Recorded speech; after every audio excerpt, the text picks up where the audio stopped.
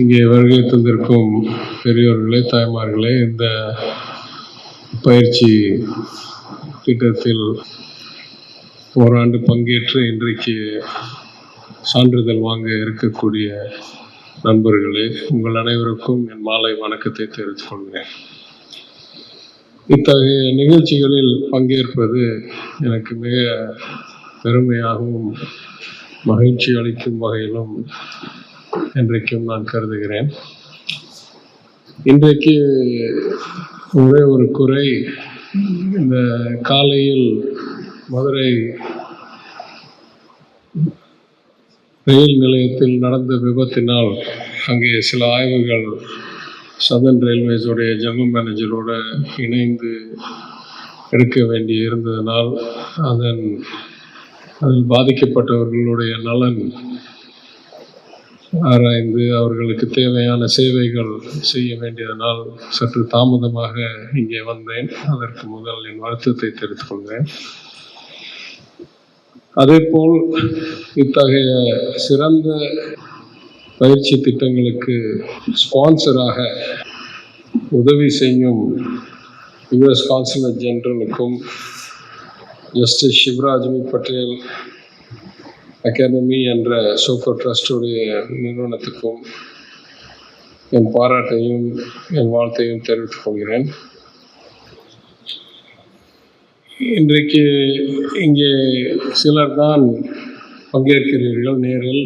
பல காரணங்களுக்காக மொத்த திட்டத்தில் பங்கேற்ற 130 நபர்களில் சிலர் தான் இங்கே இருக்கிறீர்கள் என்று கேள்விப்பட்டேன். அந்த சிலர்களுமே ஒரு வேற்றுமை இருக்கிறதை கண்டு நான் மகிழ்ச்சி அடைகிறேன்.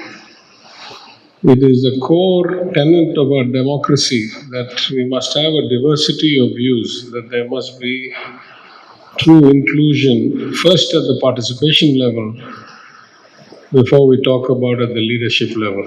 So இங்கே 2 சான்றிதழ் பெறக்கூடிய இருக்கிற பங்கேற்றவர்கள் அவர்கள் அனுபவங்களை பற்றி பேசினார்கள்.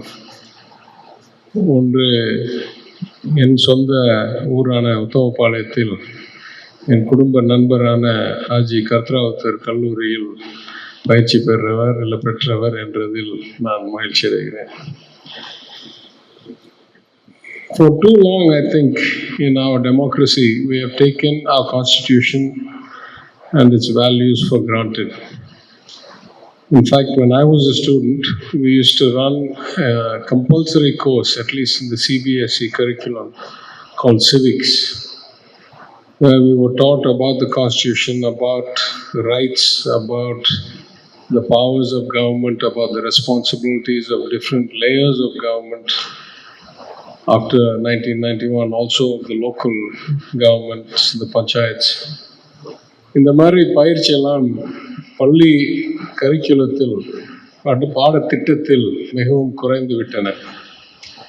நான் மக்களால் தேர்ந்தெடுக்கப்பட்ட உறுப்பினர் என்ற அடிப்படையில் எப்பெல்லாம் தொகுதியில் சுற்றுப்பயணம் ஆய்வு செய்கிறேனோ, I am quite amazed.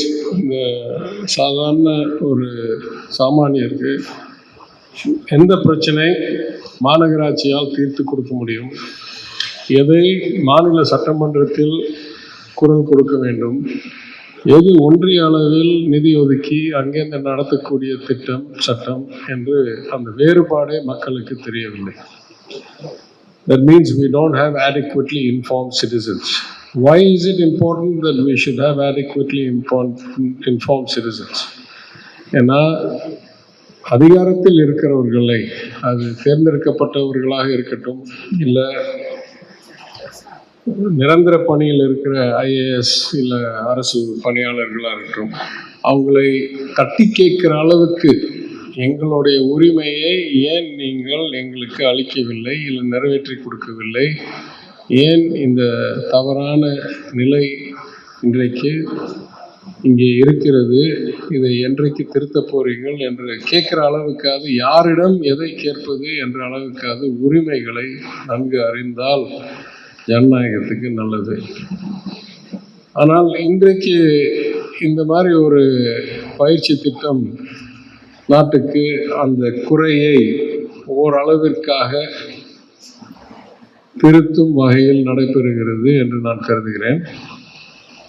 I'm told almost 1,300 people applied to this program and about 10% of you were selected.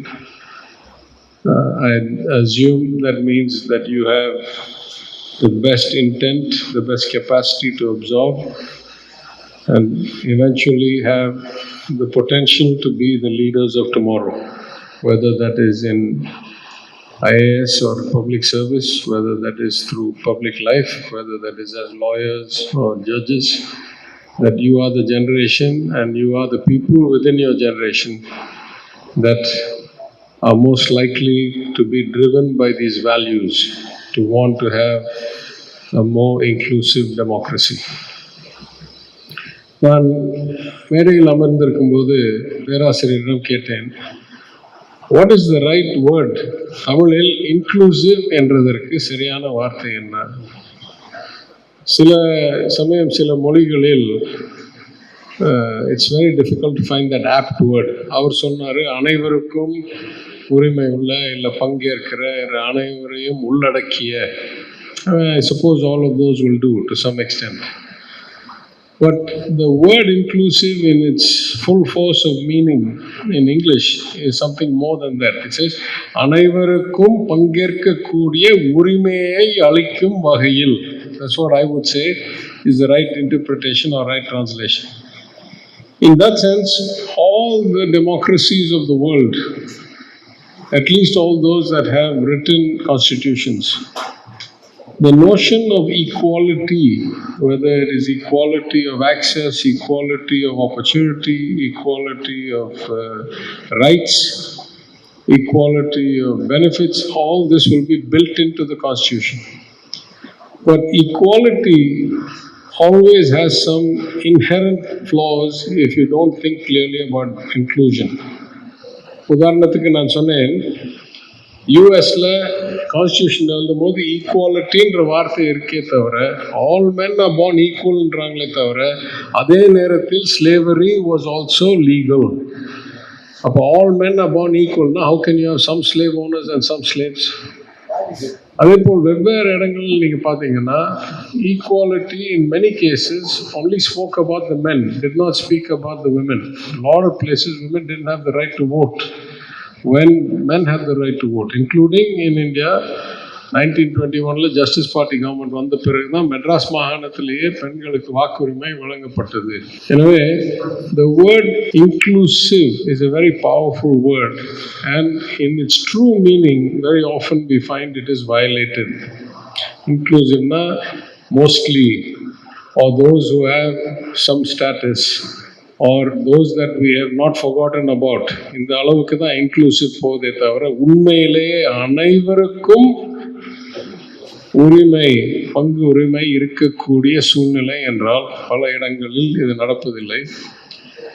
இதை நான் சர்ஃபேஸில் தொடும்போது I'm sure that over the course of one whole year, listening to many eminent speakers and with many of the essays like those contained in this book, that you all would have had a much more profound understanding, discussion, analysis of the notion of inclusion in a democracy and how vital it is to have a truly functional democracy in every sense of the word. In that sense, I would say, நீங்கள்லாம் இந்த சான்றிதழை பெறும் நேரத்திலேயே அத்துடன் ஒரு கடமையை தோளில் சுமையாக நீங்கள் ஏற்றிக்கொள்ள வேண்டும். It is your duty now, people who have been given this profound opportunity to learn, to analyze, to discuss, to debate, to arrive at your own core understanding. You have a duty to carry these values, these lessons throughout society, where I have said, as I have already said, that there is a big void because things like civics are not taught properly. அந்த கடமையை உங்கள் மேல் நான் சுமத்தும் போதே வாழ்த்தும் நான் தெரிவிக்கிறேன். I hope, I wish many of you will go on to be leaders in your own way in your community, in government service, in public office, in the judicial system. I hope that you will apply the benefits of this learning to the benefit of, or to the good value of many citizens, to the leveraged effect on many citizens and your communities. இன்னும் ஒரு முறை, மீண்டும் ஒரு முறை நான் இந்த திட்டத்தை, பயிற்சி திட்டத்தை ஏற்பாடு செய்த, நடத்திய, இதற்கு உறுதுணையாக இருந்த, உதவி செய்த அனைத்து நிறுவனங்களுக்கும், நல்ல உள்ளங்களுக்கும் என் வாழ்த்தை தெரிவித்து, இதில் இன்று வெற்றிகரமாக நிறைவேற்றி சான்றிதழ் பெறும் மாணவர்கள் அனைவருக்கும் என் பாராட்டையும் என் வாழ்த்தையும் தெரிவித்து என் உரையை முடித்துக் கொள்கிறேன். நன்றி, வணக்கம்.